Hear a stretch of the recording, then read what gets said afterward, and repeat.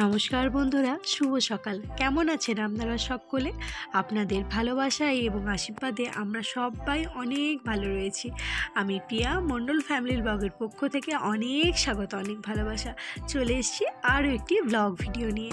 আজকের দিনটি হলো ষষ্ঠী। আসলে আজকে আমাদের শ্বশুরবাড়ির নিয়ম হিসাবে আজকে লোটন ষষ্ঠী অনেকেই পালন করে, যে এই লোটন ষষ্ঠীটা। যাই হোক, আমাদেরও এই ষষ্ঠীটা রয়েছে। তাই দেখুন, সকাল সকাল কাজকর্ম কমপ্লিট করে একদম স্নান করে নিয়েছি। আর এখন ঠাকুরের বাসনপত্রগুলো আর কি তুলে নিচ্ছি, ওগুলো ধুয়ে নিয়ে আসবো। ধুয়ে নিয়ে চলে এসেছি, এবার এখন পুজোটা দিয়ে দিচ্ছি। আর আমার ওই বাগানের মানে ছোটো যে বারান্দায় বাগানটা করেছি অল্প অল্প গাছ দিয়ে, এখনও তো অত ফুল আসে না, তো নিচে থেকেই ফুলটা নিয়ে আসতে হয়। তো আজকে নিচেতে গিয়ে যতটুকু ফুল পেয়েছি সেই দিয়েই আর কি ঠাকুরের পুজোটা দিচ্ছি। আর এই যে ধূপদানিগুলো না, এগুলো খুব মুশকিল হয় জানেন। যখন এই ধূপটাকে রাখি, মানে ধূপকাঠিটাকে রাখা হয়, আবার কিছুক্ষণ বেশ একটা বেশ ভালো পরিমাণ জলে, আবার মাঝে মাঝে লিভিয়েও যায়। আর আমি এখন পড়ে নিচ্ছি একটু হনুমান চালিসা। আমি প্রতিদিনই একবার করে হনুমান চালিসা পড়ার চেষ্টা করি। মনটা সত্যি কথা বলতে ভেতর থেকে অনেকটা হালকা লাগে আর খুব ভালো কাটে দিনটা। যাই হোক, পুজোটা আমার হয়েই গেছে। আর বাবু তো চলে গেছে স্কুলে, আর মোটামুটি তো ঘরের সমস্ত কাজকর্ম কমপ্লিট হয়ে গেছে। এই দেখুন, এটাই হলো আমার ঠাকুর ঘর, মানে আমি যেখানে ঠাকুরটা রেখেছি। আর এই পেপারটা না চেঞ্জ করে দিতে হবে। অনেক দিন হলো পেপারটা পাড়া হয়েছে, আমার কাছে কোনো কাপড় নেই। ভাবছি যদি একটা কাপড়ের ব্যবস্থা করতে পারি, ভালো পরিষ্কার কাপড়, তো কাপড় আগে পেতে দেবো। স্নান করার সময় আগে তো আমি জামা কাপড় কেচে রেখেই দিয়েছিলাম বালতিতে। আগে পুজোটা সেরে নিলাম, তারপরে দেখুন চলে এসেছি আমার ছোট্ট বারান্দায় জামা কাপড়গুলো মিলে দিতে। ব্যাঙ্গালোরের ওয়েদার আর কি বলবো, প্রতিদিনই ঝিমঝিম করে বৃষ্টি হচ্ছে, ঠান্ডা ঠান্ডা ওয়েদার। আর সকলে ঠান্ডা, জ্বর, কাশি, গলা ব্যথা। আমার গলা শুনে বুঝতেই পারছেন আমার গলাটাও ধরে আছে। হ্যাঁ, ভালো পরিমাণে ঠান্ডা লেগেছে আমারও। আর জামা কাপড়গুলো মেলে দিয়ে এখন মানে বারান্দাতে এখন মিলে দিচ্ছি। আর যেগুলো কালকেকার জামা কাপড় ছিল সেইগুলো ওই দড়িটাতে বেঁধে মানে মেলে দিয়েছি, তাহলে তো শুকাবে না। আর প্রচণ্ড পরিমাণে হাওয়া দিচ্ছে। মানে ব্যাঙ্গালোরে আমি যেদিন থেকে এসেছি, একটা বছর হতে চললো, মানে কখনো দেখিনি যে বাতাস দিচ্ছে না। 24 ঘন্টা একদম প্রচণ্ড পরিমাণে হাওয়া দেয়, তার জন্য এত সুন্দর এখানকার ওয়েদার। আসলে রাস্তা মানে যখন মেন রোডে যাবেন বা যে কোনো রোডে গেলেই দেখবেন অনেক গাছ। এখানে ব্যাঙ্গালোরে একটা জিনিস দেখেছি, অলি গলি সব জায়গায় প্রচুর বড় বড় গাছ, তার জন্যই এখানকার ওয়েদার এত ভালো। এই দেখুন, ওই জামা কাপড়গুলো আধা শুকনো হয়েছে আর এই জামা কাপড়গুলো ভিজে।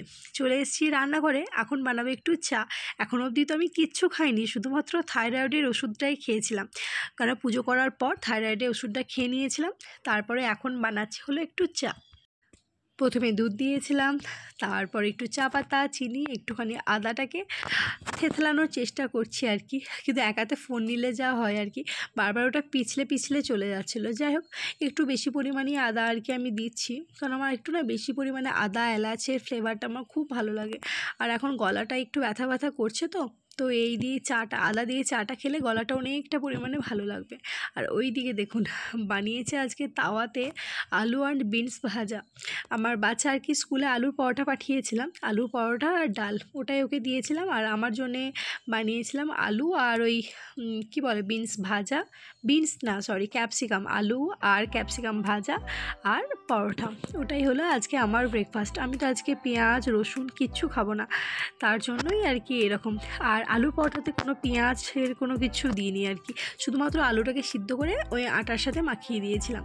আর চাটাও দেখুন হয়ে এসছে, চায়ের কালারটা দেখেছেন তো বেশ ভালো। আমার এরকম করে একটু কড়া পাকের চা করলে খেতে খুব ভালো লাগে। আর একবার ফুটিয়ে নামিয়ে নিলে সে চায়ে আমার মনে হয় না যে কোনো স্বাদ পাওয়া যায়। অনেকক্ষণ ধরে যখন চাটাকে ফোটানো হয় তখন গাঢ় হয়ে আসে চাটা, খুব ভালো লাগে ওই সেই কড়া চাটা খেতে।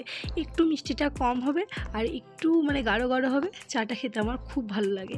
যাই হোক, এক হাতে ফোন, এক হাতে মানে ওই চায়ের প্যানটা ছিল বলে গ্যাসটাকে বন্ধ করতে পারছিলাম না। তাও আজকে মনে হচ্ছে চায়ে একটু দুধটা কমই দেওয়া হয়েছে।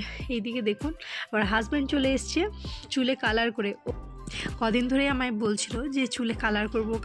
আমি তাতেই বললাম যে করে নিয়ে এসো, কিন্তু কালার করছো চুলটা একটু বেশি খারাপ হয়ে যাবে। তো ও যেহেতু ইচ্ছা ছিল কালার করার, তার জন্য একটু কালার করে নিয়ে এসছে, আর ওটাই আর কি আমি হেয়ার ড্রায়ারে করে শুকিয়ে দিচ্ছি। এই দেখি দেখুন দুপুরে আজকে সেরকম কিচ্ছু রান্না করিনি, দই ছিল, একটু অমলেট করে দিয়েছি, একটু ডাল আচার, ওটাই আর কি আমার হাজব্যান্ড খেয়ে নিল। এবার গিয়েছিল অনেককে স্কুল থেকে আনতে। আমার ছেলে যখন স্কুল যাবে ব্যাগ মানে নিজে থেকে নিয়ে যাওয়ার এত আগ্রহ, আর যখন স্কুল থেকে বাড়ি আসবে তখন আর ব্যাগটাকে নেবে না। তখন ওই ব্যাগটা মানে টিফিন ব্যাগটা বলছে এখান নিচে থেকে আমি ক্যাচ করব, তুমি এই ছুঁড়ে দেবো, তুমি ক্যাচ করো। ওর বাবাকে বলছে উপরে ছুঁড়ে দাও, উপরে ছুঁড়ে দাও, মাম্মি ক্যাচ করবে। আর যেহেতু ওর বাবা দিল না, তার জন্য এত ওর কান্না কাটি, মানে কেন দিল না, আমার প্রচুর প্রশ্ন। এখন কথা বলতে শিখেছে তো এত প্রশ্ন, মানে কি বলবো, মানে ওর কোনো কথা শুনে খুব ভালোও লাগে, আবার খুব রাগও হয়।